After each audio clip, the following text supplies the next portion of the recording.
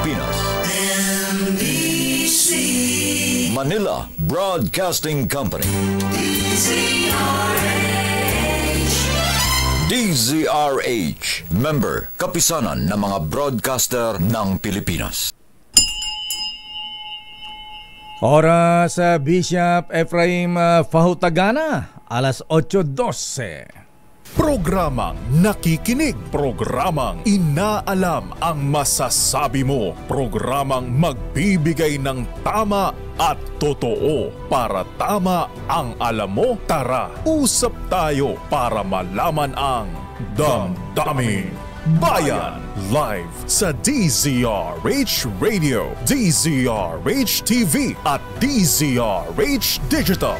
DZRH Damdaming Bayan. Kasama sina Lakay Deo Macalma at Sister L. Elaine Apit. DZRH Damdaming Bayan. Grabe naman itong undersecretary na ito, ha? Abay, tinalo pa ang kanyang bossing na cabinet secretary, mga kuya. Abay, tatlo-tatlo ang kanyang alalay at meron pang wangwang, ha? Meron pang hagad. Aba, undersecretary, ha? Ay, yabong-yabong naman nito. Damdaming Bayan. Di na nahiyat sa kanyang boss na napakasimple, ha? Bakit ganon, ha? Bakit lang sigurong maglabas ng internal memo po Executive Secretary Lucas Bersamin, sir. Paalala sa mga cabinet members, mga USEC, ASEC, ha? Abay, kung sino pa yung mga nasa ibaba, sila pa yung mas mayabang sa kanilang mga bossing, ano, ha? Monday, so good to me. Uy, maganda umaga sa mga na-traffic dyan sa Skyway talaga. Parang parking lot, ano, ha? O nga pala, tinatawagan natin si Bossing Don Ramon San Miguel Ang. Abay, Bossing, yung mga RFID natin, ha? Abay, sino ba ang provider niyan? Batukan nyo nga, abay, sabla, yan tuloy ang nagiging dahilan din ng traffic, ha? Ay, naku, good morning, Pilipinas. Good morning, Malacanang, Mr. President. Good morning na imbang bigat apo, ha? Abay, pinaplansya na raw yung meeting ng Pangulong Ferdinand Bongbong Marcos Jr. at kay US President Donald Trump, ba? Abay, maganda yan, ha? At sana'y mapag-usapan din ang magandang ayuda sa Pilipinas. Yung mga aid. At naku, yung nga pala mga habay natin mga Pinoy, grabe, ha? Ayan, sa bagay yung pinauwi, may mga record daw, ha? Anong sabi ni Babes, Ambassador Babes Romualdez Dos Portos kanina, ha? Yung mga pinauwi daw, yun daw po nga may mga record. Pero yung mga TNT, wala pang balita. Pero ang dami daw TNT, ha? 300,000, kadami naman yan, ano, ha? Kaya lang, Senator Risa, sana naman yung mga ang Amerika, sila yung masyadong concerned daw sa human rights. Yung mga pinapadeport nila mga illegal immigrants sa Amerika, mahaibigan, kung pauwiin, nakaposas na, nakakadena pa ang mga paa. Diyos ko naman. Anong klase naman yan? Grabe. Katulad ng mga Guatemalas na pinauwi, ha? Ayan, sabagay, may kilala tayong opisyal din, ha? Nung pinadeport dito sa atin, nakakadena din, ha? Yung mga TNT na minsan bumagsak dyan sa ano, ha? Dumating dyan sa Clark, nakakadena po, mahabigan. Grabe, ano, ha? Anyway, mahabigan, sana po, good news nga pala sa mga ano, ha? Good news sa mga may sakit sa kidney, mga kuya, mga ating, ha? Abay, maniniwala po ba na ang kidney pala ng baboy? Abay, pwede nang i-transplant sa tao, ha? Abay, meron po experiment dun sa Amerika, maibigan, sa Alabama, USA. Meron isang babaeng 53 years old. Abay, nagkaroon ng kidney transplant. Ang ipinalit sa kanyang kidney ay kidney ng baboy, ha? At sabi nung na-operahan, 2 months na, abay para daw siyang si Superwoman ngayon. Aba, magandang development yan, ha, sa mga may karamdaman po sa kidney, ha? Mga habigan, magandang umaga. Ako po si Deo Makalma at welcome sa ating programang Damdaming Bayan. At nasa ating linya po, mahabigan, ang, controversial nga itong si Senator Risa Hontiveros, ha? Ang chairperson ng Committee on Women, Children, Family Relations and Gender Equality, ha? Kasi di ba naging issue nga po, mahabigan, yung ang tawag nila ay Sex Education Bill. Pero ang tamang pangalan po, title ay Senate Bill 1979 o yung Adolescent Pregnancy Prevention Bill. Alamin nga natin kung nabago na kasi naging controversial ito po, mahabigan, pero ang sabi ni Senator Risa, abay may mga amendments na raw po, ayan, binago, ha? Senator Risa Hontiveros, ma'am, magandang umaga po sa inyo, Senator. Magandang umaga po, kay Deo, at sa lahat po na ating mga tagapakinig. Ayan, yes ma'am, ano po yung mga malaking pagbabagong probisyon ng inyong Adolescent Pregnancy Prevention Bill na naging controversial na pati ang Pangulong Marcos nag-react na nagbanta pang i-veto ang inyong panukala pagka dumating sa Malacanang, Senator?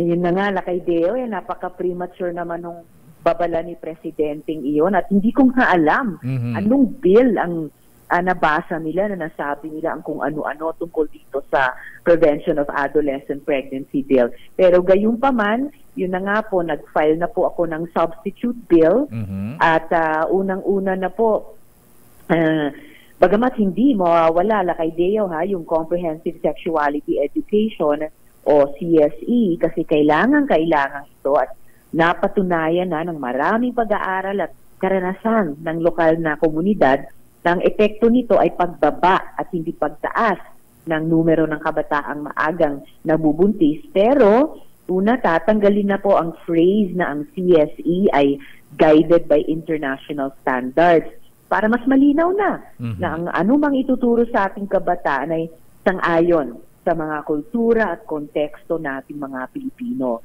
O nilinaw na rin natin sa substitute bill na ang CSE ay para lamang sa mga adolescents o mga batang edad 10 years old pataas.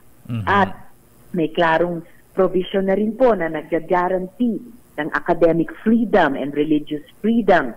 So sana po, lakay, ay talagang magkaisa na kami sa Senado para maipasa ang napakahalagang panukalang tutugon sa krisis ng teen pregnancy sa bansa. Kasi hindi pwedeng walang gawin ng Senado at ang buong gobyerno. So nabago na, Senator, kasi yung unang report noon 4 years old pa lang ay ituturo na itong adolescent pregnancy prevention issue. Ayan, so gagawin from 4 years old, 10 years old na po sisimulan. At saka never po nandun yung 0 to 4 years old, yung sinasabing, talagang gusto ko po, una sa lahat, maliwanagan ang lahat na ng ating mga tagapakinig na wala pong anumang probisyon o linya sa Prevention of Adolescent Pregnancy Bill yung magtuturo daw sa mga batang edad 0 to 4 years old ng masturbation, sex, oral sex, at kung ano-ano pang mga konsepto na hindi akma sa mga bata. So inuulit ko po, walang ganyang mga salita sa panukala at kailanman ay hindi ito makakapasok sa anumang panukala na aking isinusulong. So klaro po na adolescents po ang magiging participants dito sa Prevention of Adolescent Pregnancy Bill mula 10 years old pataas. Dahil lakay, yan din po yung age range, grabe, 0 to 19 years old, na doon sa kanila tumataas ang incidence ng teenage pregnancy. 10% increase po mula nung pandemic. At doon sa age range na 15 to 19, 9.7% increase. Pero grabe, doon sa 10 to 14 years old, 35% ang increase. So, crisis po, emergency po talaga, kailangan nating tugunan ng maayos. To be para mas klaro, Senator Risa, ma'am, para hindi masyado mabahala mga magulang, ano po ang ituturo dito sa from 10 years old, grade 5 yan, tutuusin. So ano po yung mga ituturo under po sa inyong bill, Senator Mama, para maiwasan po ang pagbubuntis ng mga kabataan? Opo. And actually po, yung CSE ay itinuturo na rin po ng DepEd sa ating mga eskwelahan sa 5, hindi po sa lahat, sa 5 subject. Kasama na po yung araling panlipunan, yung health at iba pa. At dahil ito po ay age-appropriate at developmentally appropriate, tulad ng nandun sa responsible parents, tulad nung nasa curricula ngayon ng DepEd, at yun din po yung inuulit sa aming Prevention of Adolescent Pregnancy Bill, age-appropriate. So sa simula, at 10 years old, parte ng kanilang katawan, o mapag-usapan yung kanilang pagiging babae o pagiging lalaki. Mapag-usapan din lakay, at importante ito, yung setting limits na malaman ng bata paano nila masabi kung halimbawa merong inappropriate na pag-touch sa kanila. Hindi sila komportable sa isang klaseng yakap halimbawa ng isang adult, para makapag-set sila ng boundaries. Masuportahan sila na magsabi ng no at humingi ng tulong sa caring adult, tayong mga magulang nila o kanilang mga guro, kapag nilagay sila sa isang sitwasyon na nasa panganib na sila. At importante po ito, Lakay, dahil lumalabas na 97% ng mga ama na mga babies ng ating teenage moms ay much older than them. So meron talagang aspeto ng hindi balanse ang power, may aspeto ng abuso. Kaya, problema rin natin, halimbawa, yung pag-relate sa mga bata. At kaya rin net yung age na importante na say no ang mga bata dito sa CSE, dito sa ating Prevention of Adolescent Pregnancy Bill at 16, dahil yun din po ang age na tinakda ng batas natin sa age of statutory consent. Alam po niyo, sa ating kultura, Senator Risa, minsan po, di ba, hindi maiwasan yung mga bata, yung mayakap sa mga magulang, minsan sa mga lolo, mga lola, ganyan. So, ng bata. Ipagbabawal na po ba ito under dito sa bill po ninyo? Ay, hindi po ako. At wala pong panukala, wala pong batas na mangyayari dito sa atin na tatanggalin yung lambing ng Pilipinong pamilya sa isa't isa. Pero yung protection sa ating mga bata, sa ibang mga adults na maaring mga abuso sa kanila o hindi re-respetuhin yung kanilang pagkatao bilang bata, yun po yung kasama sa comprehensive sexuality education. At importanteng prevention talaga po sa teenage pregnancy, dahil sa nabanggit ko nga po na very small minority percentage, 3% lang yung mga batang ama din na nagiging partner ng mga batang ina sa teenage pregnancy. Pero ang vast majority ng mga ama, ng mga baby, ng teenage moms ay mas matanda kaysa sa kanila. Ayan. Senator Mama, ang isang motibo ng inyong bill ay yung pong adolescent pregnancy. Ano po? Yun ang pinaka. Yes, ma'am. So ituturo po sa mga 10 years old na ang epekto ng carnal knowledge. Ay isasabihin ba sa kanila na ang ganitong carnal knowledge, pagka hindi kayo nag-ingat, ay maaari kayo mabuntis? Kasama po yan sa ituturo, Senator Risa, ma'am? Maaring hindi pa simula sa 10 years old, pero dahil progressive yung education na iyan mula 10 years old pataas hanggang 19, magsisimula nga dun pa rin sa age-appropriate at developmentally appropriate, and at the proper age and stage of development, lalo na pag nasa 16 years old na pataas, ituturo talaga yung consequences ng maagang pagbubuntis. At importante din po iyang bahagi ng Prevention of Adolescent Pregnancy Bill, Lakay, yung social protection. Kahit sa ating mga teenagers na nabuntis na at nanganak na. So social protection na kahit nanganak na sila, makapagbalik-aral at makapagtapos sa pag-aaral. Social protection na turuan sila paano alagaan yung kanilang mga babies. At social protection, pati yung comprehensive sexuality education para hindi maulit yung teenage pregnancy nila. Wala bang kakaakibat sa inyong bill na parang may support, financial support sa mga batang nagkakaroon po ng nagkakaanak, nabubuntis po kaagad, Senator? Sa period of amendments, pwede ko pong i-consider. Pwede kung gustong ipanukala ng mga kapwa-senador ko yun. Dahil yung spirit, kumbaga, ng panukalang batas ay nandoon na sa pagbibigay ng serbisyo sa ating mga teenage parents na tumindig muli. Ilagay sa tamang hakbang ulit patungo sa mas magandang kinabukasan para sa kanilang mga sarili at yung mga baby kahit sa kanilang pag-teenagehood. Hinong na po ba, ma'am, ang mga 10 years old pataas na ituro ang ganitong sex education?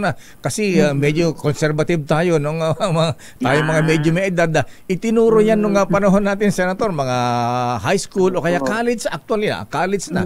First year college, sinuturo yung mga contraceptives, mga ganyan. Actually, naalala ko rin po lakay nung bata pa ako at sa high school, tinuturo po sa health classes namin. And mayaman po ang dokumentasyon ng CSE sa iba't ibang bansa dito sa ating region, halimbawa Singapore at sa ibang mga continent at region, Estonia, United Kingdom at iba pa, na ang epekto ng CSE ay pagpapababa at hindi pagpapataas sa incidence ng teenage pregnancy. So importante po siya at epektibong preventive measure sa teenage pregnancy dahil age-appropriate at developmentally appropriate. At yun po yung layong ipagpatuloy ng Prevention of Adolescent Pregnancy Bill. So dito sa inyong substitute bill, Senator, magbabago na kayo ang isip yung inyong mga co-author, 7 senators na umatras. Hari nawa. Actually, yung pong nagbusina sa akin na baka i-atras niya yung kanyang pirma at yung mga pumausap sa akin pagkatapos nilang pumirma, inimbita ko talaga sila. Tignan niyo po itong substitute bill natin. Pinasok ko na yung ibang concerns nyo, yung mga amendments ko, at pati ni Senate President, ipinasok ko na dyan para kahit po sa tingin ng napakaraming advocates at civil society organizations ay swak pa rin yung original na versyon ng Senate Bill 1979, mas sabi ko rin sa kanila lakay, mas nais ko po na magkaisa tayo sa layunin na pababain talaga yung teenage pregnancy sa Pilipinas at mabigyang suporta ang mga kabataang nangangailangan. So, iniimbita ko po silang lahat, silang 7 na i-reconsider itong substitute bill at ibalik yung kanilang original suporta dito sa panukalang batas. Senator Risa, ma'am, maraming salamat sa paliwanag. Thank you and good morning.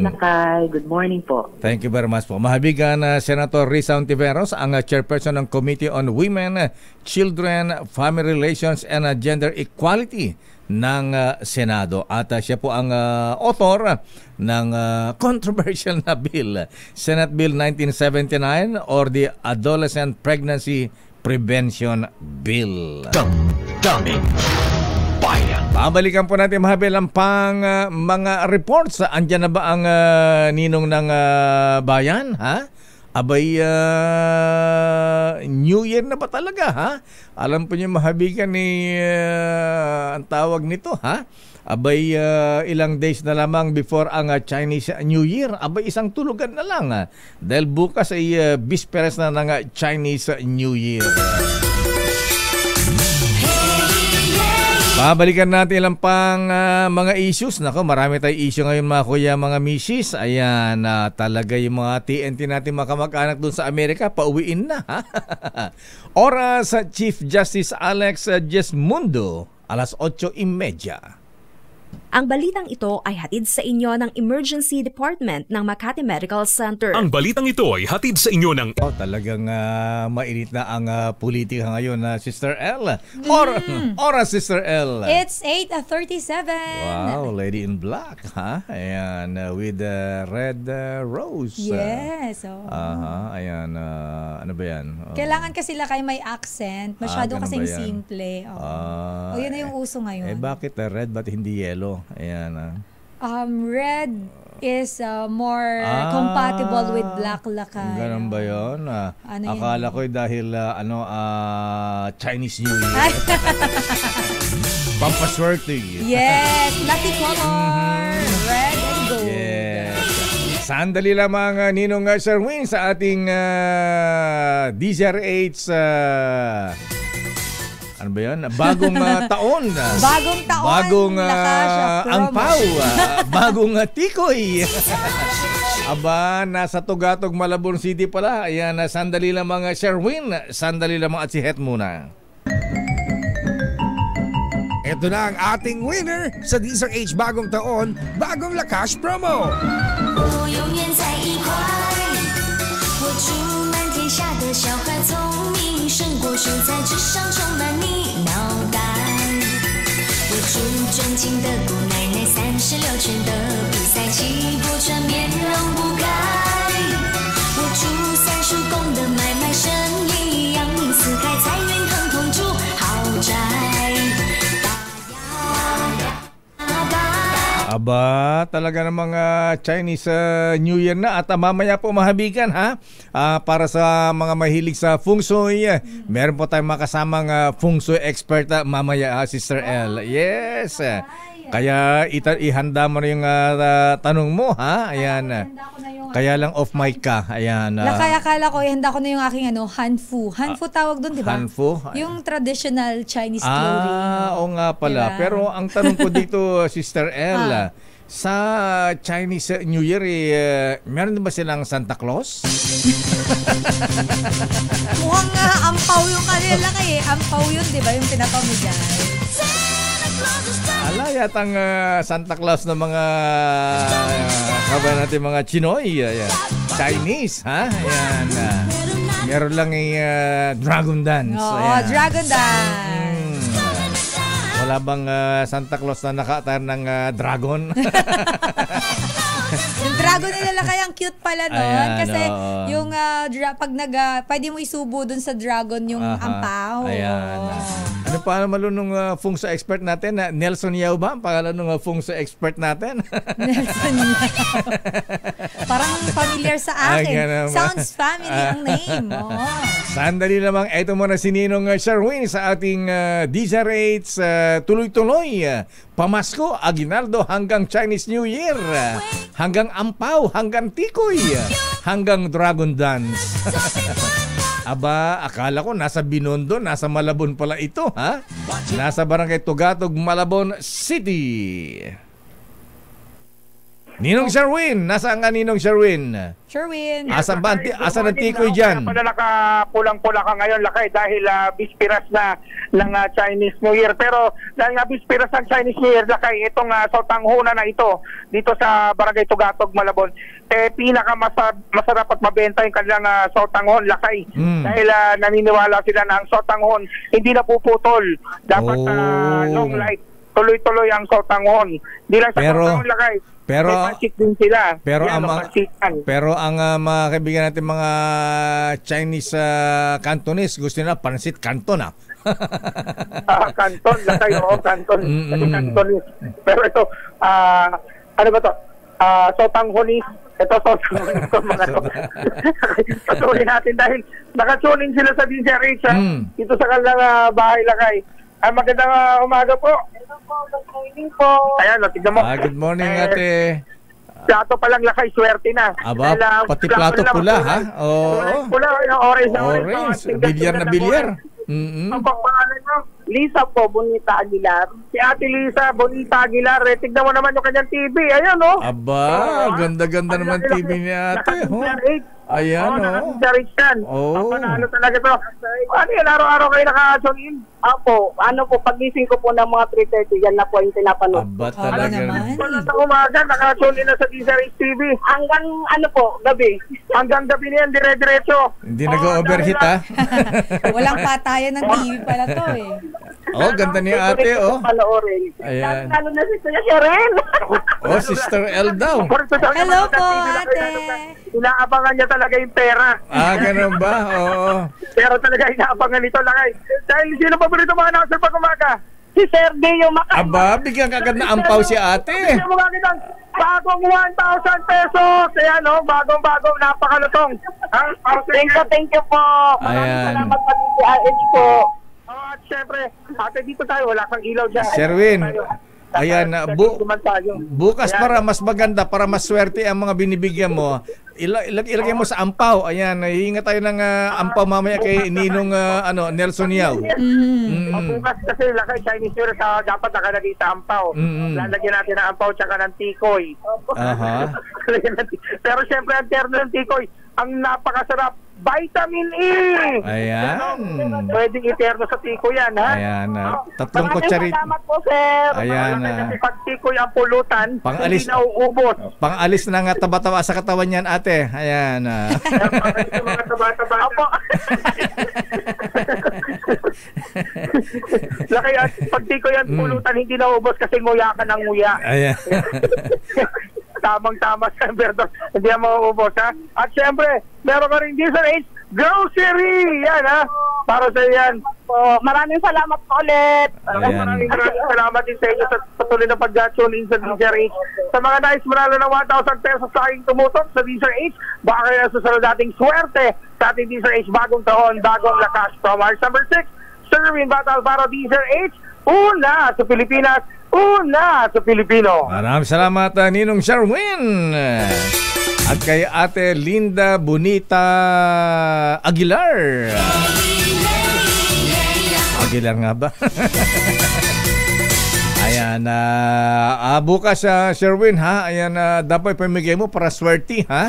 Para hindi ginagastos. Ganda pa rin Dapat nakaampaw, lakay. Pagka nakaampaw pala, tinatawin, dapat hindi ginagastos yan, Sister L, ha? Ako, lakay, ginastos ko yung iba, pero ganun ba? nagtitira ako. Hindi ko siya ginagastos lahat. Sa bagay, kung nakalagay naman kayo sa ampaw, 20,000 yata, magtira ka lang isang tao, 1,000. Gastusin mo 19,000. Pero swerte daw yun, lakay. Kapag ba hindi mo inubos, tapos nilagay mo lang sa wallet mo. Tignan natin kung swerte ibibigyan ng ampaw ni Ninong Nelson Yao. Ayan. Ang tanong, yung ampaw ba may laman? Ayan. Meron naman. At syempre, dollar ba, lakay? Ayan, hindi, yuan. Ayan. Chinese yuan. Ayan. Gusto ko dollar US dollar. Ayan, pwede ha, kasi sino naman yung ninong mong si Mr. Michael is my guy. Ayan, pwede nga yung pala. Yung ampaw na ibibigyan niya, dollar ang laman yan. At dahil Chinese New Year, ang mga nasa petroleum industry, meron daw silang may pa-Chinese New Year gift. Pa-Chinese New Year gift. At rollback, ayan, sabi ni Ninong Don Ramon San Miguel Petronang. Ayan. Magkano ba ang rollback bukas sa Miss Giselle Ricafort? Tawagin mo si Giselle. Asan si Giselle? Alamin natin, lakay, kung magkano nga ba ang ibababa ng presyo ng petrolyo bukas. Dahil katulad nung nakaraan, medyo na high blood ka kasi sabi mo, wag na lang eh. So alamin natin. Baka 30 centavos ba? Tumaas ba naman ng halos 270? Ha? Pagkatapos rollback, 30 centavos?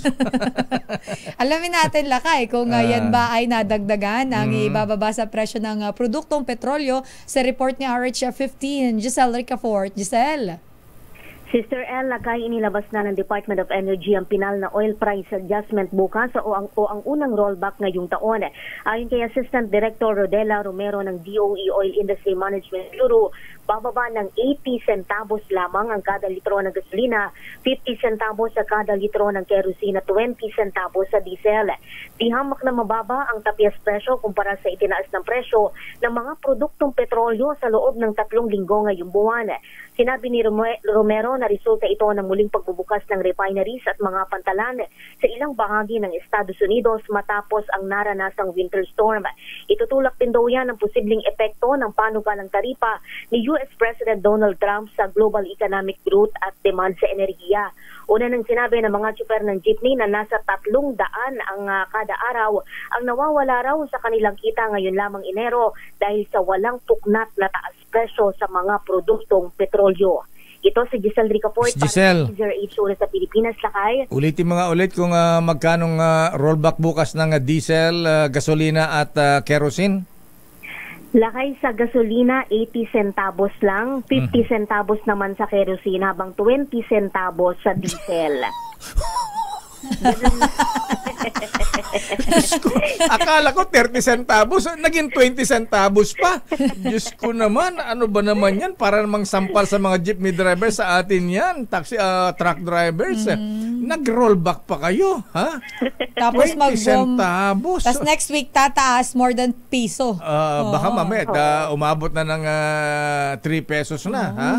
Walang yan naman, ano, ha?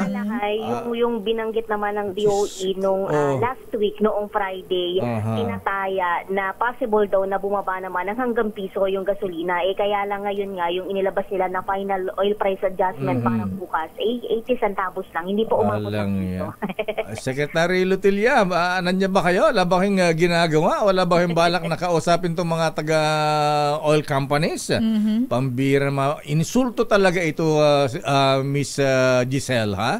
Abay, tama, Lakay. 270 tinaas last week, tapos ngayon 20 centavos ang rollback. Talo pa ang rollback sa presyo ng kamatis.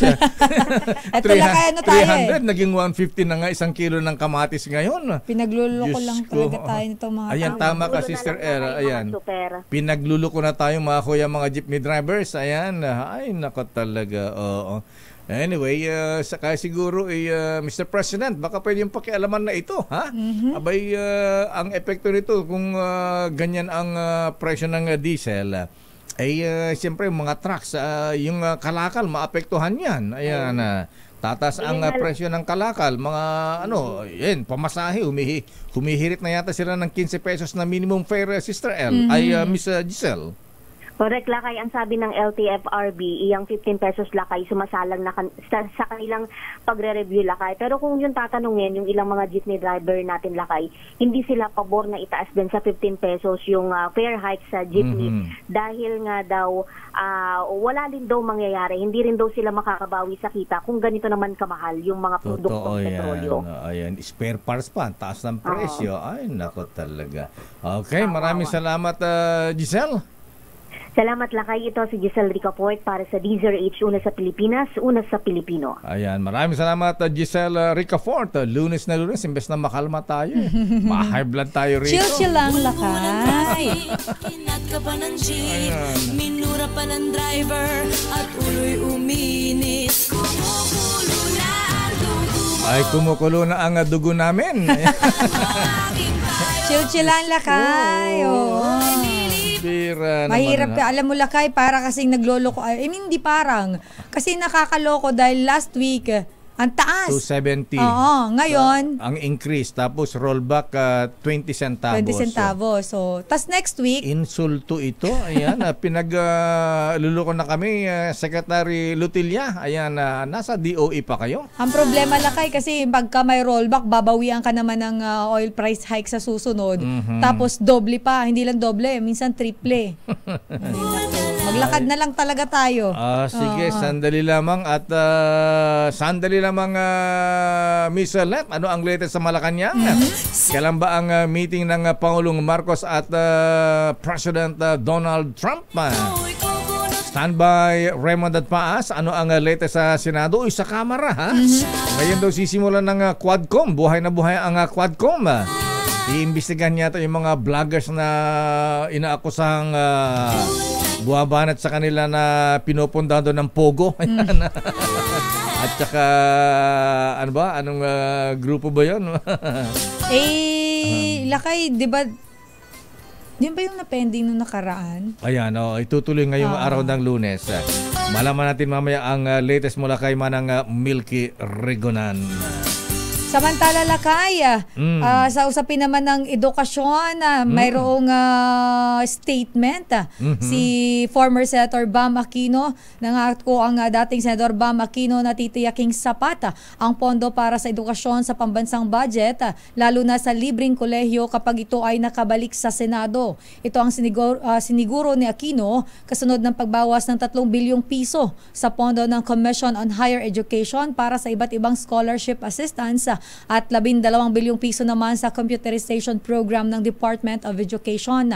Nalulungkot si Senator Bam dahil marami umano ang nakikinabang sa scholarship program ng CHED na nagbigay daan sa mahihirap na estudyante na makapag-aral sa pribadong kolehiyo. Giit ni Aquino, ito ay dapat na ginawang prioridad ng gobyerno sa halip na paglaanan ng malaking pondo ang unprogrammed funds. Si Senator Bam ang principal sponsor at co-author ng libreng kolehiyo sa termino niya bilang chairperson ng Senate Committee on Education. At kapag muli daw siyang nahalalakay sa Senado sa 2025, nangako si Senator Bam na palalawakin pa ang libreng kolehiyo at itatawid ito sa siguradong trabaho para sa mga Pilipino. Matuto si Senator Secretary Sani Angara pagka ganyan. Maraming sumusuporta para mapaganda ang ating education diba? System. Diba, Senator Win Gatchalian, pati si Manong Johnny gusto rin yan. Problema mo, sagot ko. Problema mo, sagot ko. Gusto ko happy ka. Gusto ko happy ka. Gusto ko happy ka. Nako, hindi kami happy, Manong, sa presyo ng langis.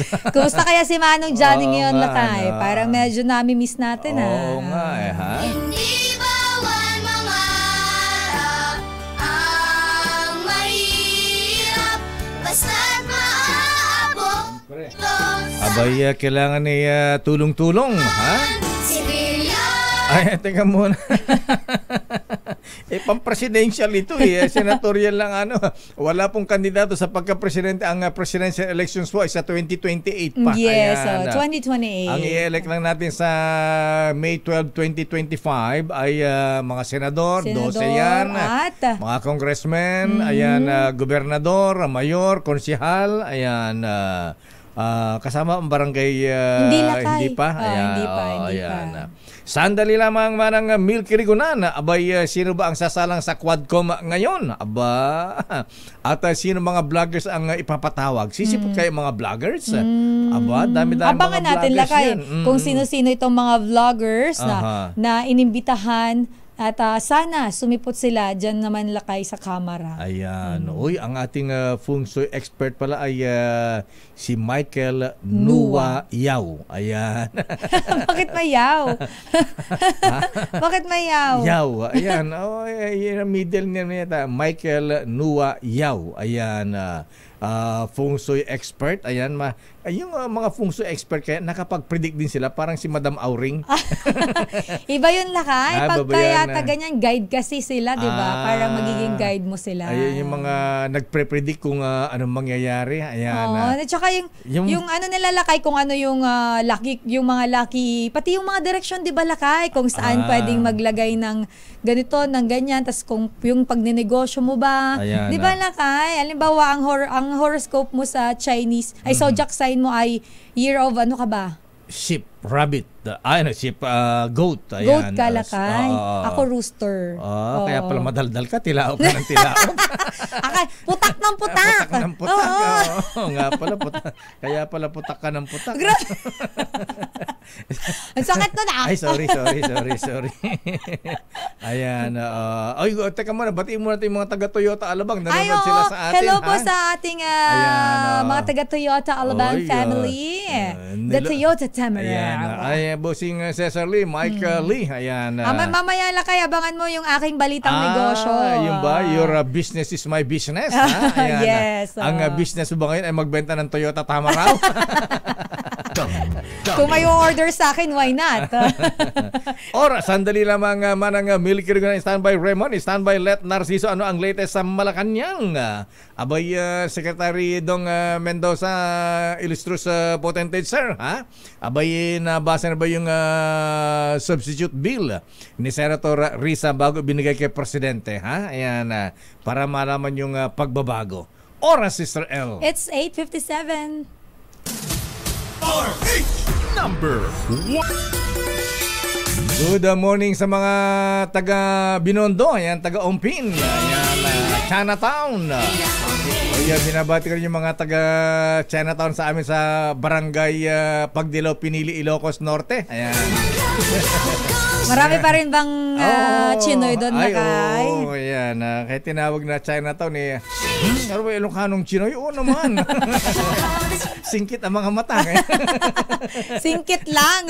yung buong barangay na yan. Mga, lahat singkit, Lakay. Lugar namin yun, Sister L. Kaya ako rin kasama rin sa Chinatown.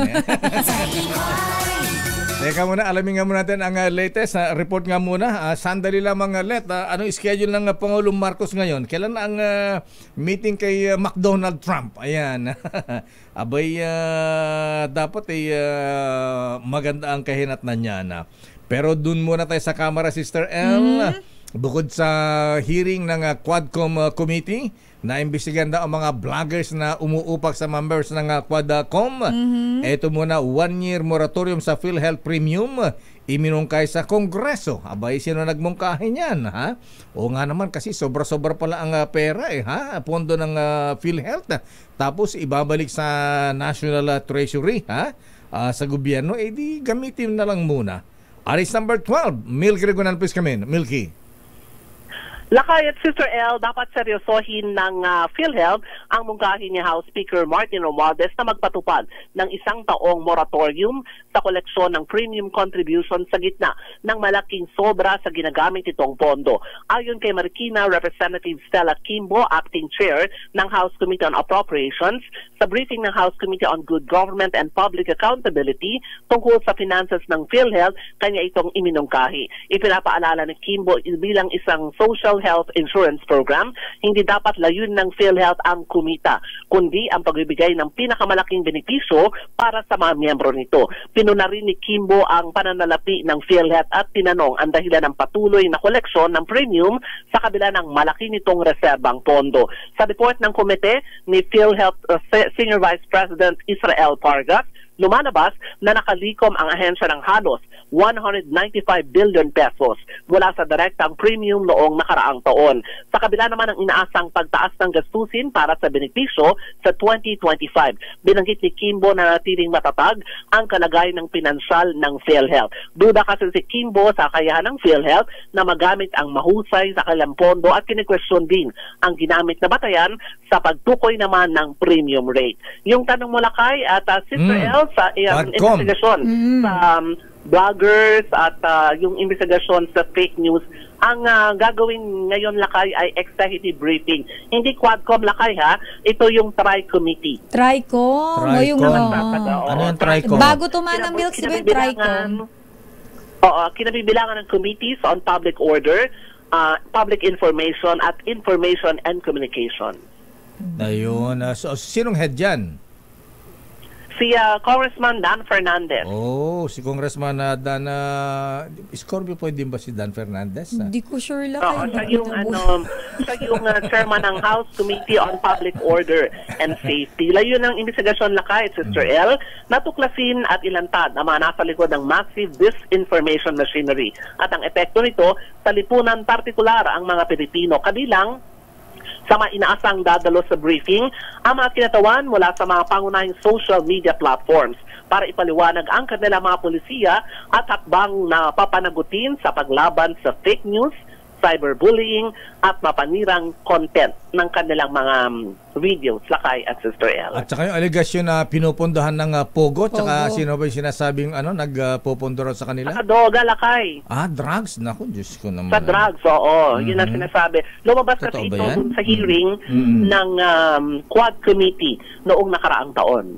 Okay, sige. Abangan natin yan. At sinong naimbitahan sa mga vloggers? Lakay. Wala pa kaming listahan Lakay, pero meron daw silang naimbitahan. Pero ito yung mga nasa pangunahing social media platform. Naku, kasamang imbitahan si Kuya Jason Sa. Dati natin kasama, ha? Vlogger na rin pala siya Lakay. Oh, vlogger na rin si Kuya Jason Sa. Di ba kinasongan ng cyber level nung sino nga ba yun? Sinabing yung military? Sinabing namatay na raw siya? Nakalimutan ko yung pero parang Torre. Si General 2 years Torre ago ba yun Lakay? Anyway, sige, malalaman natin mamaya. pag nagbablog kasi Lakay at Sister L, dapat meron silang responsibilidad din. And accountability. And accountability. Hindi lamang iniisip na rin content na nakakapanira naman. Kaya nga dapat... iba kasi clickbait for the views. Ayan, kaya dapat nga may control. Yes, clickbait. Kaya dapat may control din kasi sila. May parang tayo sa mga broadcasters, members ng KBP. May exam, may license, ayan. Para alam yung mga ethics ng journalism. Media laws and ethics. Okay, maraming salamat, Manang Milky. Magandang umaga na kay Sister L. Ako si New Crigunan Nagulat para sa DCRH. Una sa Pilipinas, una sa Pilipino. Maraming salamat, Manang Milky Crigunan. At ngayon dumako tayo sa Chinatown. Punta natin ang Chinatown. Pero Lakay, ang mga nasa agri-sector daw, nanawagan na sa pamahalaan na bumuo na ng National Council laban sa hindi matapos-tapos na smuggling at hoarding. RH29 Boy Gonzales sa detalye, Boy.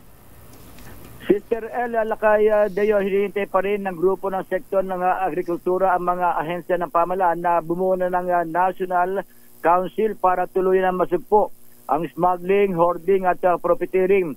Sa media forum sa Maynila, sinabi ni AGAPA Party List Representative at Pork Producers sa Federation of the Philippines Chairperson Nick Briones na tila walang ginagawang hakbang ang kaukulang mga ahensya ng gobyerno para may masampulan na sa ilalim ng Anti-Agricultural Economic Sabotage Act.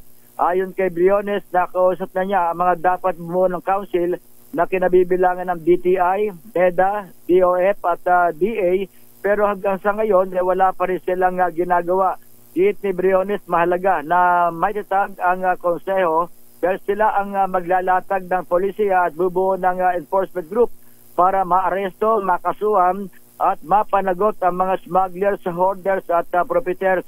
Nanawagan na rin siya kay Pangulong Pedro Jr. na tutukan na ang isu upang hindi mabaliwala ang naging banta nito laban sa mga smugglers kung saan atasan sana niya ang nararapat na ahensya na kumilos para mapalakas ang naturang batas. Ito si Boy Gonzales para sa DCRH, una sa Pilipinas, una sa Pilipino. Simulan na nila. Dapat sila na mag-file ng kaso. Ayan, sa mga profiteers, sa hoarders. Ayan. Tsaka tagal na niyan, Lakay. Kaya nga eh. Wala namang nasa kasampulan eh. Kasi may asa natin sa government, sa Kongreso, Senado, alam mo nangyayari. Ilang taon na investigasyon yan. Ang problema, Lakay, parang nagsasayin tayo ng resources, wala naman napaparusahan. Ayan, kunyari, pinapagalitan pa. Ayan. Pagkatapos, di ko alam, pagkatapos ng hearing yata, nag-a-appear, high five! Kasi alam nangyayari Ayan, kaya nagdududa na tayo ha? Kaya masyadong Lakay yung iba wala yan. Complacent sila. Parang, sige, okay lang, hoard lang tayo ng hoard. Ayan, kaya sabi nga nakausap nating controversial yan, si yung nagpapa-interview sa'yo dati. Ayan. Sabi, involved ka pa talaga sa sa hoarding, mga ganyan. Ikaw naman mukhang ako ba sasali dyan? Sino ba naman ako? Walang blessing si boss. Dapat may boss. Siya ang boss mo. Secretary. Samantala, sandali lamang bago ating feng shui expert, dumako muna tayo sa Senado responsable ang paggamit ng internet. Dapat ituro sa mga eskwelahan. Oo nga naman Kasi mga bata ngayon, ayan, pwede kaya natin gayahin doon sa Australia? Di ba sa Australia, 16 years old and below,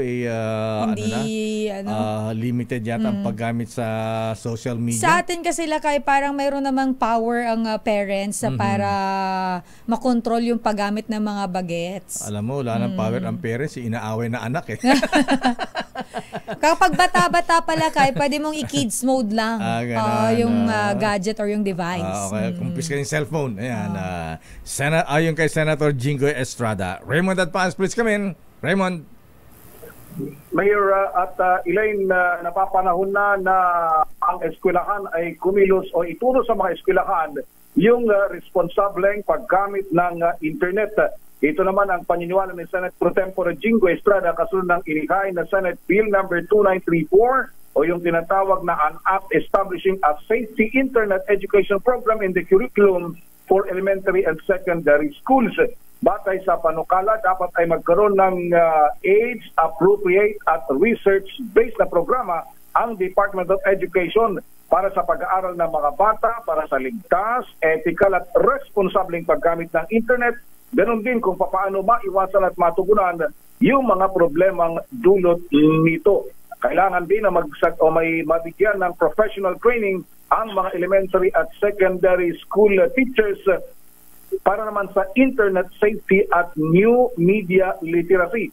Binanggit ni Estrada na sa pag-aaral ng UNICEF noong 2017, isa sa bawat 10 o 3 o isa sa 3 gumagamit ng internet sa buong mundo ay bata, kung saan delikado ang mga ito na pwedeng maging biktima ng cyberbullying, online sexual abuse at exploitation, fake news at internet addiction.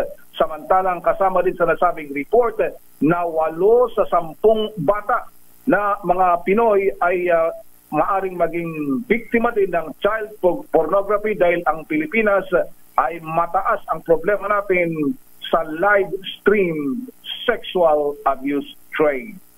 Ito si RH28 Raymond Atwas para sa DZRH, sa una sa Pilipinas, una sa Pilipino. Damdamin Bayan. Maraming salamat Raymond at Paas mula sa Senado. Standby Let Narciso mula sa Malacanang.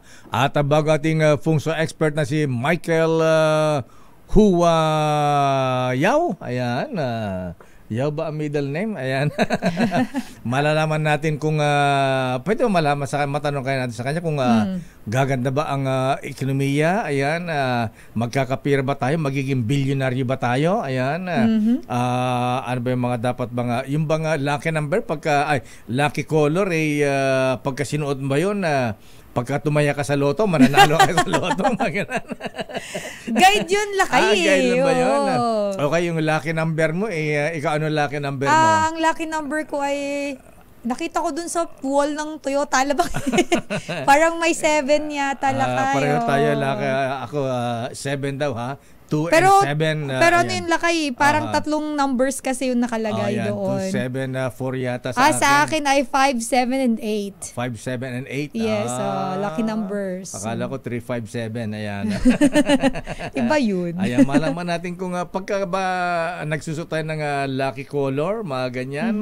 O yung favorite na yung lucky number natin, ano ang gagawin natin pag halimbawa ngayon halimbawa lang ngayon January 7, February 7.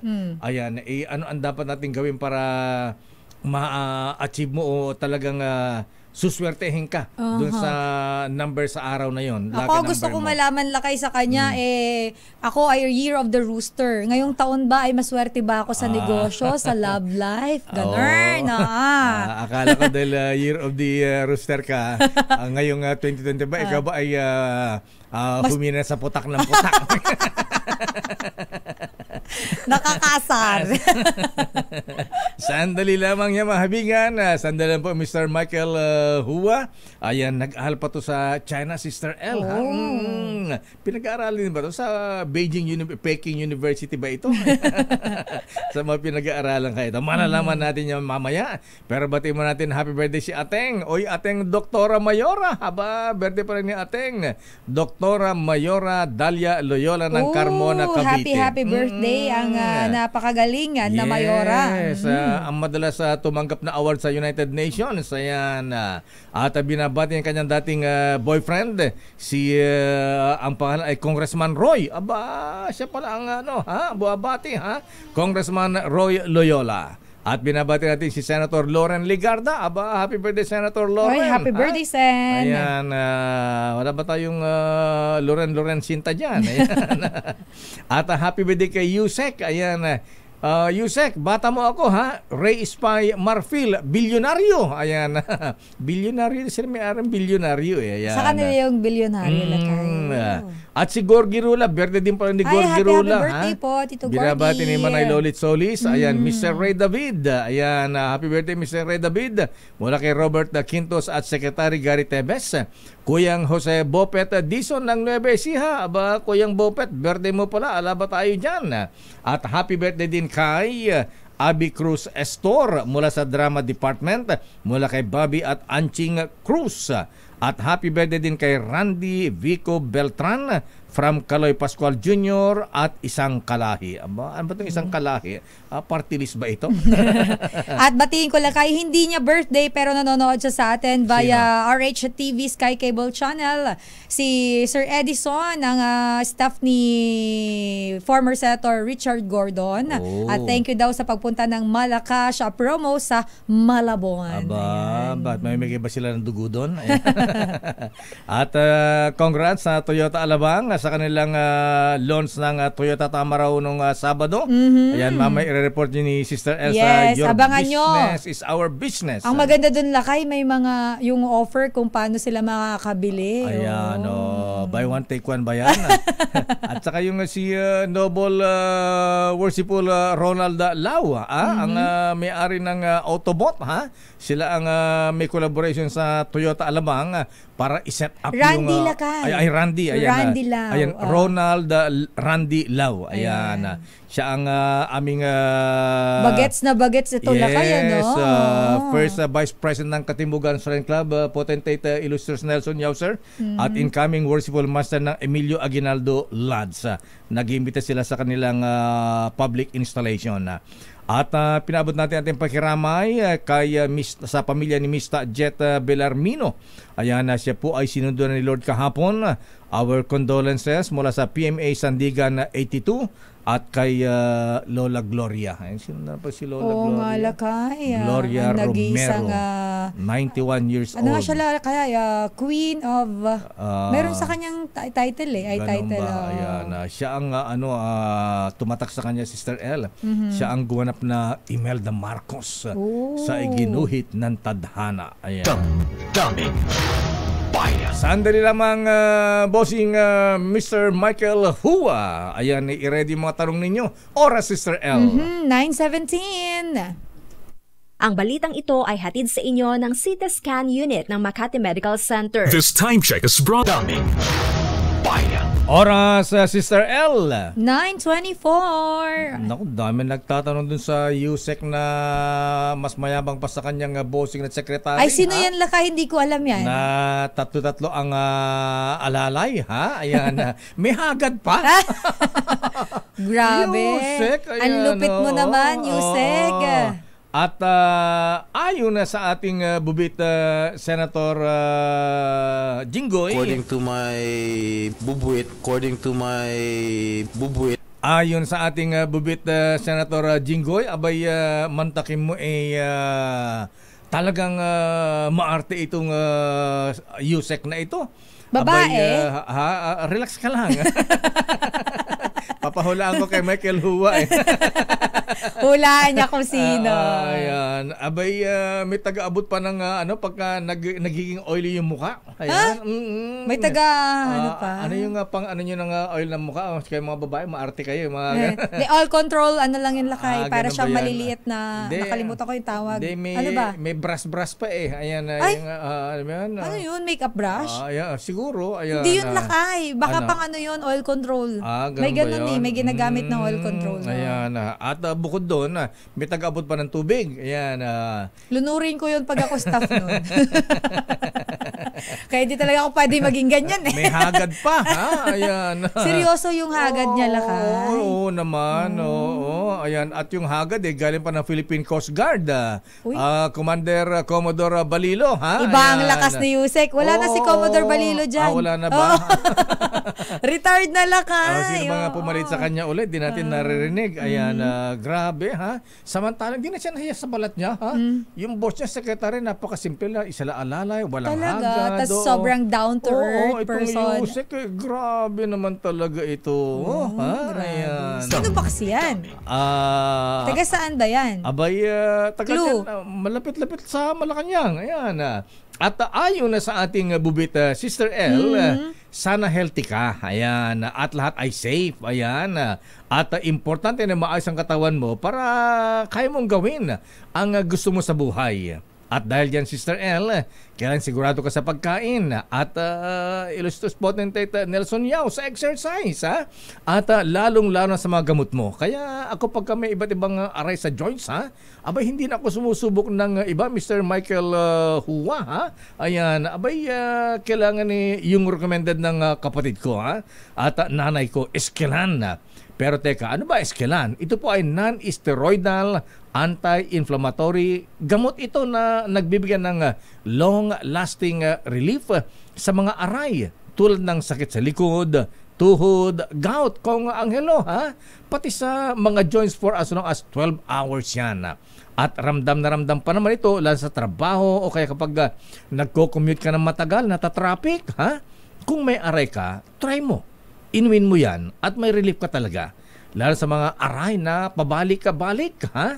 Pwede pa ito sa mga may hypertension o sa mga problema sa puso kasi low cardiovascular risk ito kumpara sa ibang non-steroidal anti-inflammatory na gamot. Tanggal na ang aray, tanggal pa ang worries mo. Gawa kasi ng Unilab, kaya siguradong may quality check yan. O ano, wag na magtiis ng pabalik-balik na aray.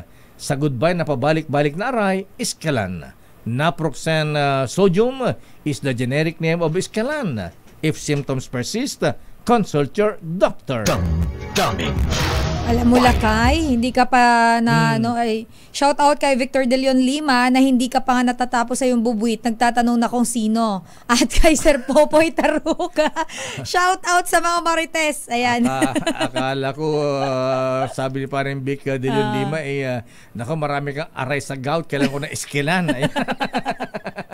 Gusto daw nila malaman sino yung Yusek, Lakay. Relax lang, ha? Ayan, papahula ko nga dito sa Feng Shui expert natin, Sabi niya, hindi naman ako ang huhula, Feng Shui expert ako. Ganun ba? Ganun ba? Di ba yung mahulaan kung gaganda ang economy natin ngayon? Alamin natin, Lakay, kung may predictions or kung paano alamin nga natin mamaya sa kanya kung sa mga kumakandidato, ha? Ayan, paano ang dapat nilang gawin para manalo sa eleksyon? Magdasal kayo. Ayan, at paano mag-tap sa survey? Ayan. Dapat daw Lakay magaling. Ayan, ipakilala na nga natin ating Feng Shui expert, si Mr. Michael Hua, Feng Shui expert. Mr. Michael Hua, sir. Good morning and Kong Hei Fachoy. Good morning po sa inyo, Sir Deo Macalma. At Sister Elaine Apit. At good morning din sa mga taga-pakinig ng DZRH at saka ang mga taga-panood ng DZRH TV. Ba't yung mga taga-Chinatown, taga-Binondo? Sa mga Binondo. Medyo malayo po kasi ako doon. Ganun ba? Saan po kayo? Sa may po ako mas malapit, sa may Santa Mesa. Santa Mesa. No messenger ko, ruta ko yan Santolan, Mabini, ayan. alam nila kayo special na mention lang. Batiin ko lang po yung aking inaanak na si Celine Yao. Celine Yao. At ang kanyang magaling na tagapag-alaga, si Jenny De La Cruz. Akala ko Nelson Yao. Lolo niya po, si Nelson Nelson Yao. Lolo na pala ito. Ayan. Anyway, Mr. Michael, ayan. Pwede malaman kung ito bang pagiging Feng Shui expert pinag-aaralan niyo ba? Meron bang eskwelahan na nagtuturo sa inyo? Noong unang panahon, mas wala pa siyang masyadong eskwelahan. Ang pinaka-way ng kung paano siya napapasa is tinuturo. Manggagaling sa mga lolo, tapos mapapasa sa mga ama din. Sa susunod, dire-diretso sa generation by generation. Pero ngayon, may mga ilan na ginagawa na nila ng parang, kasi napatunayan naman din na ang Feng Shui ay hindi siya religion. Kumbaga, science. Science. Kaya ang tawag po sa kanya is metaphysics. So, nasa parte siya ng science. Kaya yung mga ibang mga bansa, sabihan natin na Singapore, Malaysia, Taiwan, Hong Kong, nagsisimula na sila magtayo ng mga academy para talaga maituro. Kasi ang ano naman sa kanya is sinasabi nga natin, lalo na dito sa atin, is pagka nalaman nyo po ang inyong horoscope para sa taon, ito ay gumagabay sa inyo. Pero at the same time kasi po, ang tinitingnan naman ng feng shui, pinaka-overall, is ang balanse. Gusto mo ng harmony, kapayapaan. Gusto mo ng, siyempre, yung pakikisama. Siyempre, ayaw naman yung tipong sinasabi natin, ikaw ay isang something na bago, pumunta sa isang lugar, tapos ikaw pang magdadala ng gulo. Siyempre, gusto mo, pagpasok mo, lahat kayo may pagkakaisa. Ayan. Anyway, Mr. Michael Huwasan, ayan. Bago na namin na tanungin kung ano mga dapat na gawin ngayong Chinese New Year, ngayong Year of the Snake, di ba? Wooden snake. Wooden snake. Ayan. May snake palang wood. Ayan. Anyway, ang tanong ko lang mamaya paano nila, di ba, ayan, sa mga, yan basa na, nakita na sa Toyota Alamang, di ba? Yung mga horoscope, yung mga Year of the Sheep, Year of the Snake, Pig, mga ganon, anong year. Paano nila na-predict na sa ganitong year, ang Year of the Dragon, pinanganak sa Year of the Dragon maswerte, o kaya may mag-ingat sa ganito, mga ganyan. At paano na ko kayo mga lucky color at saka lucky numbers? Hindi. Sa ganyan po kasi, pagkasabi ko po sa inyo, may pagka-science po yan. Diyan po kasi, kaya tulad po na nabanggit nyo na nagulat kayo, meron palang wooden snake. Pero hindi, ang ano niyan is parati po yung nagre-revolve doon sa 5 elemento ng Chinese. Nang paniniwala, ang mga bagay ay may apoy, may kahoy which is wood, metal, earth, at saka water. Kaya kung iisipin nyo po, lahat po nung 12 na zodiac sign, meron po sila nung 5 na yon.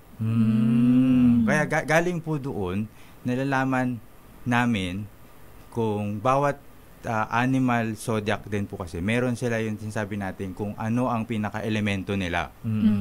Kaya kung itong pagdating ng taon na wood snake, ibig sabihin, sinasabi natin itong taon na to mas papabor yung mga kayang gamitin ang wood. So, syempre, may mga signs dyan na talagang sila ay fire by nature.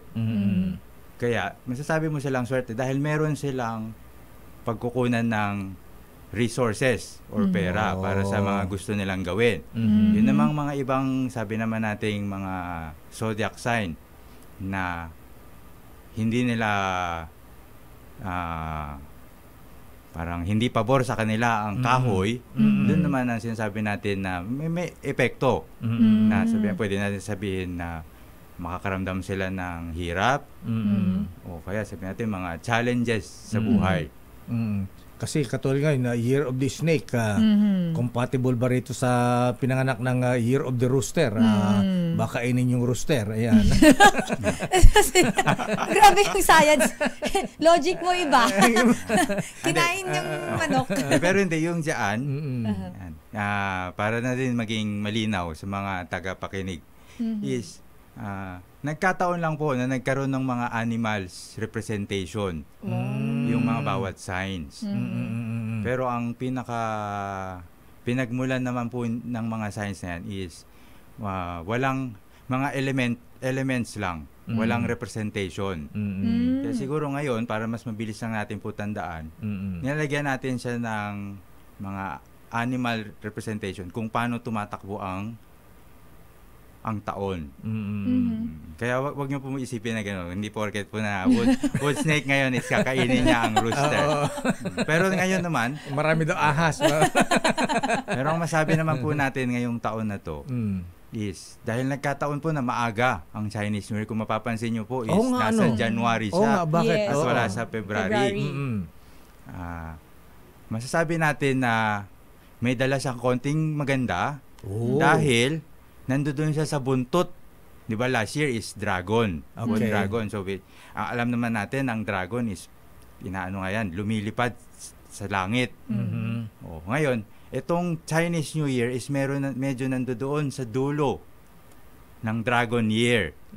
So mararamdaman pa natin yung yung mga blessings next year na maipapasa niya sa bunganga ngayon ng ahas. Ganun pala yun. Kaya kahit pa paano masabi natin maganda-ganda. Tapos lalo na ang color of the year na green at red. Itong wooden snake na to ngayon, taon na to is may pagka-green at red. Kaya masabi mo, meron siya talagang dalang saya at pera. Pero ang naging masama lang kasi doon dahil nakaabang siya doon sa ipapasa ng last year. Hindi din parang sabi natin hindi nga lang stable. Minsan makakaramdam po mga tao ngayong 2025 ng mabilis na masagana tapos sabay biglang mabagal at matumal. Kasi imagine niyo po yung wooden snake. Para po yan yung mga ahas na nasa puno. Mabagal silang aakyat. Tapos aabang sila ng kung anong makakain nila. Pero para sila lumundag sa susunod na puno, sitsempo siya ng magandang hangin. Kasi pag tumalon siya ng walang nakakasalalay, babagsak siya ulit. Nasisimulan niya ulit umakyat. Tapos bababa, gagapang ulit sa lupa. Parang ganon. Tama.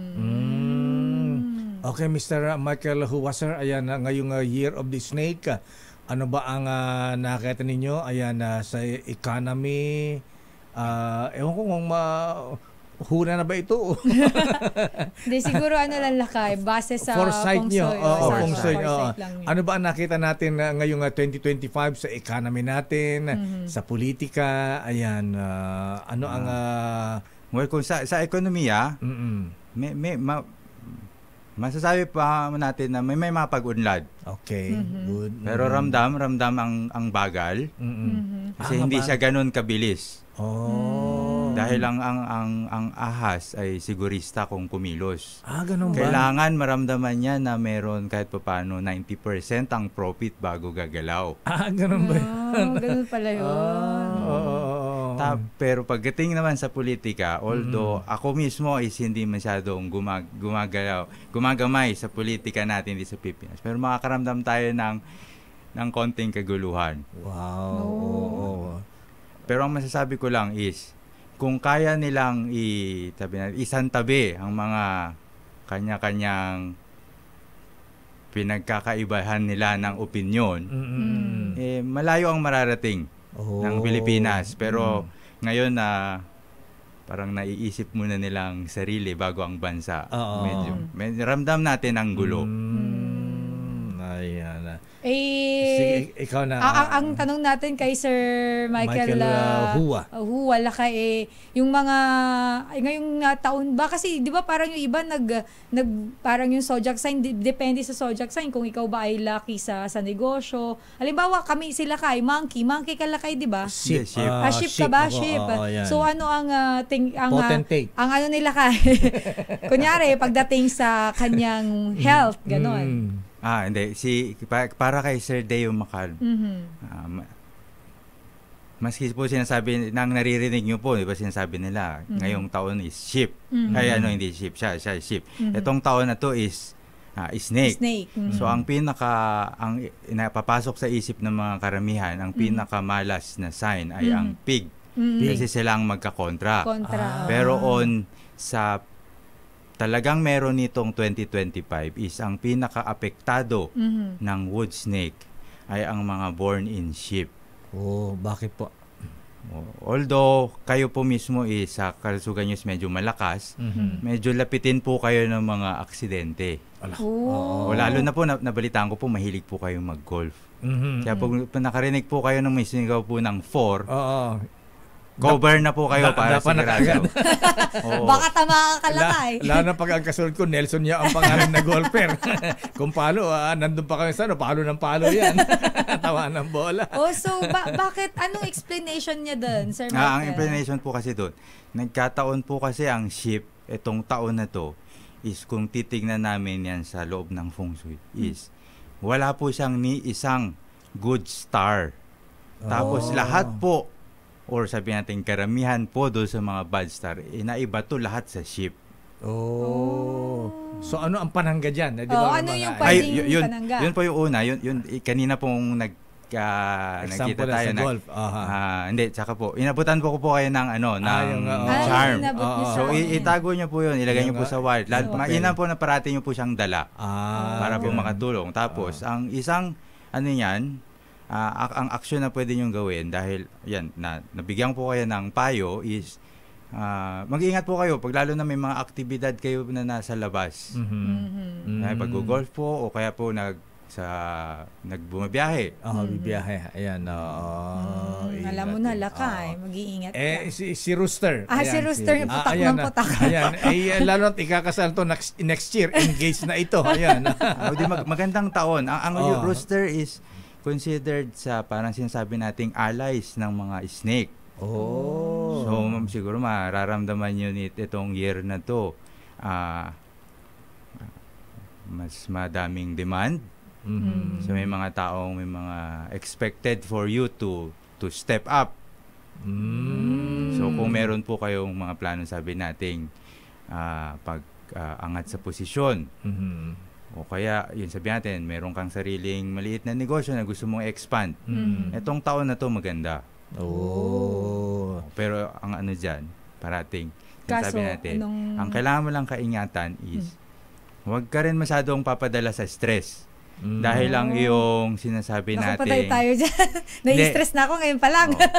Yung pong mentally unstable po. So, sabihin, marami po kayo masyado sigurong iniisip na yun ang pumipigil sa inyo.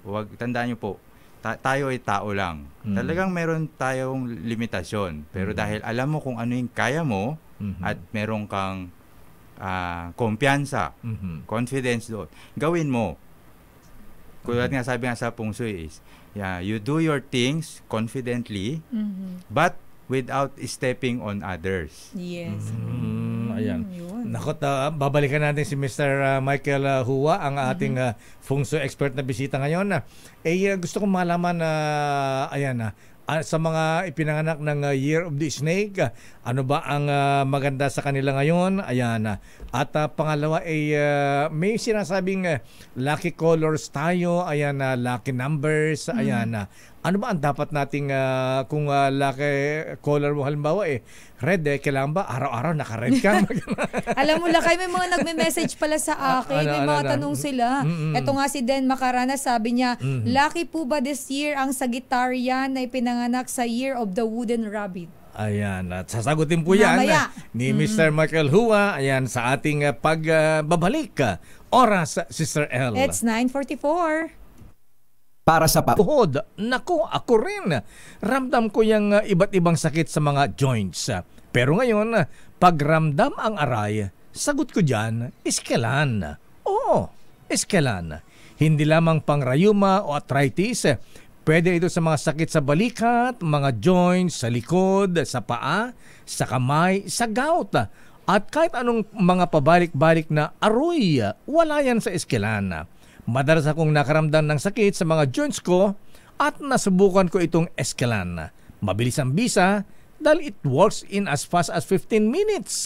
At hindi lang yan. Halos buong araw ang ginhawa niya, up to 12 hours. Kaya hindi ako nababahala sa sakit ng balikat o tuhod at nagagawa ko pa rin ang mga gusto kong gawin. Ang galing, di ba?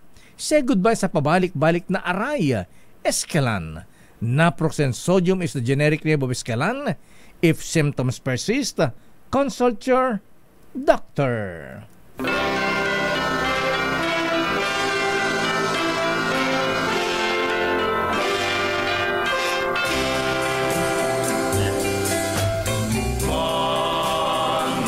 Batiin mo natin na Sister L itong mga ikinasal kahapon. Anong Sabado, Linggo, ha? Ayan. Congratulations to the newlywed Wills Letran. Aba, taga Letran ba ito? Ha? At Ella Chua Letran. Aba, talaga naman ha? Ayaw ng mga taga San Beda nito. Letran ito, San Sebastian. Ayan, Wills Letran and Ella Chua Letran. Congratulations and best of wishes. Go forth and multiply. Ayan. Grabe multiply. Ayan. Maswerte ba ay kinakasal na ng year of the hindi pa year of the snake. Ayan, sa Miyerkules pa, ha? At para sa mga nagtatanong, saan daw ba makakabili ng Toyota Tamaraw? Eto muna. Your business is our business. Oy, nakikinig, nanood sa atin yung mga taga Toyota Alabang at mga customers Boss nila. Hi, Boss Mike. Ayan, limited edition ng Toyota Alabang Tamaraw inilunsad na. At narito ang ating report sa Your Business is My Business with Sister Elaine Apit. Sister, take it away. Opisyal nang inilunsad ng Toyota Alabang Incorporated ang pinakabago at ang limited edition Toyota Alabang Tamaraw noong Sabado, January 25 na bunga ng makasaysayang kolaborasyon kasama ang Autoboot Off-Road Philippines. Ayon kay Miguel Lee, Project Head at Parts Manager ng Toyota Alabang, layunin nila na maibigay sa mga customer ang innovation at exceptional na experience. Ipinaliwanag naman ng presidente ng Autoboot Off-Road Philippines na si Randy Lau ang detalyadong pag-customize na lalong nagpaganda sa iconic na Tamaraw. Highlight ng okasyon ang ingranding unveiling ng Toyota Alabang Tamaraw na kombinasyon ng rugged design, heavy-duty suspension at eksklusibong exterior finish na nagpapatunay sa tagline nitong tough, timeless, exclusive. Mabibili lamang ang nasabing sasakyan sa Toyota Alabang at maaari itong mabili sa pamamagitan ng flexible na financing options sa ilalim ng Toyota Financial Services. Maliban sa ipinasilip na Tamaraw, ilang mga eksklusibong disenyo at dekalidad na mga sasakyan ang nasa exhibit at customized na modelo mula sa Toyota Motor Philippines, Roadmax at Autoboot Off-Road Philippines. Samantala, nagsara ang palitan ng piso kontra dolyar sa halagang 58 pesos and 25 centavos kada US dollar. At yan ang ating balitang negosyo. Your business is our business. Ito si Elaine Apit, DZRH, una sa Pilipinas, una sa Pilipino. Maraming salamat, Sister Elaine. Hindi mo sinabi kung magkakano ang Toyota Tamaraw ngayon, ha? Ayan. Kasi hindi mo magkano presyo yan, ha? Basta lakay, pumunta kayo ng Toyota Alabang at pwede kayong makakuha under ng kanilang financing lakay ng Toyota Financial Services. At saka hindi lang yan, matibay ang makina pala nito ay pang Toyota Hilux. Parang Toyota Hilux ni Illustrious Potentate Nelson Yao na pwedeng kargan ng 10 potentate. Ayan. At sabi ko nga sa'yo, lakay. Kaya umakyat sa Great Wall of China. Oo, sabi ko nga nakita ko, parang gusto kong dalhin pa Bicol to Balikan natin ating Feng Shui expert. Ayan, mamaya na si Edniel tsaka si Val Gonzalez sa Greg. Ayan, natin oras, ha? At marami kami itatanong sa ating Feng Shui expert. Naghahabol ng tanong dito, lakay sige, itanong unahin na muna natin yung tanong ni Sir Den Macaranas kay Sir Michael. Sige. Anong tanong Lucky niya? daw ba this year si Sir Den Macaranas? Siya daw ay Sagittarian na ipinanganak sa Year of the Wooden Rabbit. Sagittarian. Maraming mga magagandang oportunidad na darating sa kanya. Although ang mapapayo ko sa kanya is yung kanyang kalusugan. Lalo na siguro sa atay. Sa atay niya, kailangan niyang alagaan. Nako, Sir Den. Manginginom yata itong si Den kasi. Ayan, ingatan mo yung atay balon-balunan mo, pare ko, ha? Sabay kay kung kidney, hindi na yata problema kaya sa Amerika, Sister L, ha? Pwede nang i-transplant pala ang kidney ng baboy sa tao, ha? Yun, di ba yun yung nakailang trial na sila sa tao? Ayan, ayan. Hindi, tanong ko pa, ano dapat gawin? Di ba kasi tayo may mga sinasabing lucky numbers and lucky colors. Ano ba ang para always lucky ba? Kailangan parating gagamitin yung kulay ng kasi lucky colors ko, red, brown yata, 3 kulay yata. Kailangan ba parating yun ang kulay na isusuot ng damit para maging lucky? Pag sinabi pong lucky, hindi naman po siya, hindi po siya magiging uniform nyo po sa buong taon. Ang pinaka-purpose nun, at least may konting ganong mix. Sabihin natin na nagkataon, ngayong araw, kung lucky color nyo is pula, nakapula kayo, siguro bukas yung panloob nyo lang ang pula. Pero ang ine-engganyo kasi ng lucky color tsaka ng lucky number is parang pinapaalalahanan ng sa inyo na sa kahit anong gawain ninyo sa araw-araw, kung talagang tinadhana po sa inyo ng langit, ibibigay. Parang nga sinasabi natin yan, either dadaan po kayo sa butas ng karayom para makuha or talagang harap-harapan inaabot sa inyo. Yung mga pinanganak ba ng Year of the Wooden Snake, maswerte ba ngayong taon? Ay, yung mga mismong snake. Sa feng shui, ang paniniwala po kasi dyan, kung taon mo is hindi ka automatic na swerte. At hindi ka rin naman automatic na malas. Sa practice na kung nagkataon ay yung taon is same sa iyong zodiac sign, ang ibig sabihin po nun ay ikaw ang nasa mata ng lahat. Ngayon, kung tanggap mo na kung siguro mga artista ka, siyempre gusto mo yon, meron kang viewers, meron kang followers, pero kung ikaw naman is yung taong sabihin natin mahiyain, gusto mong tahimik lang, mayayanig ang mundo mo dahil lahat pupunahin. Kaya hindi siya nagmumukhang malas, hindi rin po siya nagmumukhang swerte. Ayan. Alam mo lang, may pahabol pa rito, Sige. no? Sabi dito ni Edison, suswertein ba daw siya ngayon, Sir Michael, sa kanyang love life? Year of the Monkey daw siya. At kasi last year daw, 3 tao ang nagpaasa sa kanya. Anong pangalan nagpaasa? Medyo bad news na maririnig niya this year. Oh my gosh. Matumal pa rin po ang iyong love life.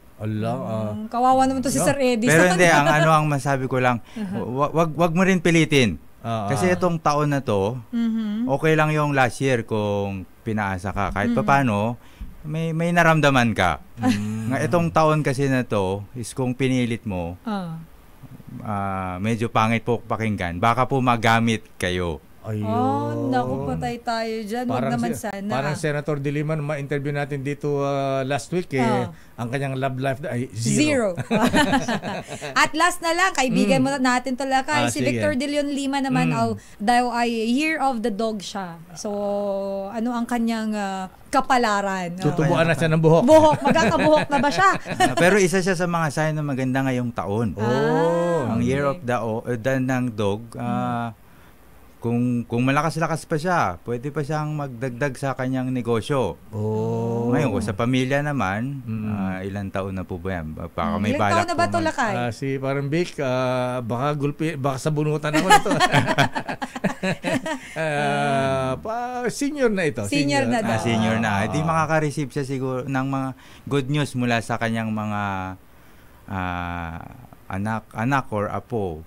Bibigyan siya ng mas marami pang apo. Alam mo na, Sir Vic. I-ready mo na. Okay, Mr. Michael Huwaser, ayan, bilang panguli siguro, anong mensahe? Tsaka, teka muna, number, paano nga pala yung mga gusto nga? May number po ba kayo? Saan kayo pwedeng tawagan, makonsulta kung may mga gustong magpakonsulta sa inyo, magpapungsoy, ayan. Meron po.